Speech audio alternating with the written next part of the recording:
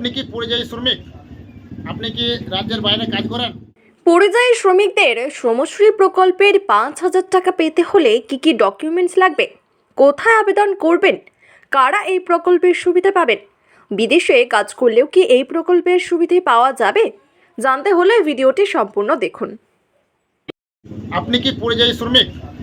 আপনি কি রাজ্যের বাইরে কাজ করেন বা আপনি কি দেশের বাইরে কাজ করেন? তাহলে আপনাদের জন্য একটা বিশেষ সুযোগ রয়েছে। কিছুদিন আগেই মমতা ব্যানার্জি ঘোষণা করেছে যারা পরিযায়ী শ্রমিক তাদেরকে 5,000 টাকা করে মাসে দেওয়া হবে। আপনি কিভাবে সেই টাকাটা পাবেন? আপনি পেতে গেলে কি কি করতে হবে, আপনার কোথায় নাম নথিভুক্ত করতে হবে, কোথায় ফর্ম জমা দিতে হবে, তার বিস্তারিত তথ্য আমি জানিয়ে দিচ্ছি। এরকম একটা ফর্ম পাওয়া যায়, এই দেখুন, এরকম একটা ফর্ম পাওয়া যায়। ফর্মের মধ্যে আপনার নাম ঠিকানা লিখতে হবে এবং জমা করতে হবে। তো কি কি কাগজ লাগবে?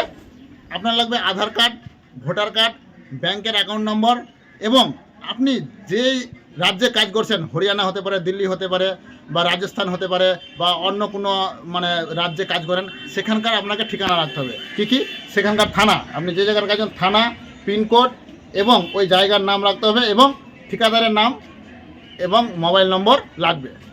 ধরুন আপনি ওখানে গিয়ে 2-4 জন কর্মচারী দিয়ে আপনি একটা ছোটোখাটো সংস্থা চালান বা হোটেল চালান বা কিছু লেবারি ঠিকাদারি করেন, সেক্ষেত্রে আপনিও সেখানে অ্যাপ্লাই করতে পারেন।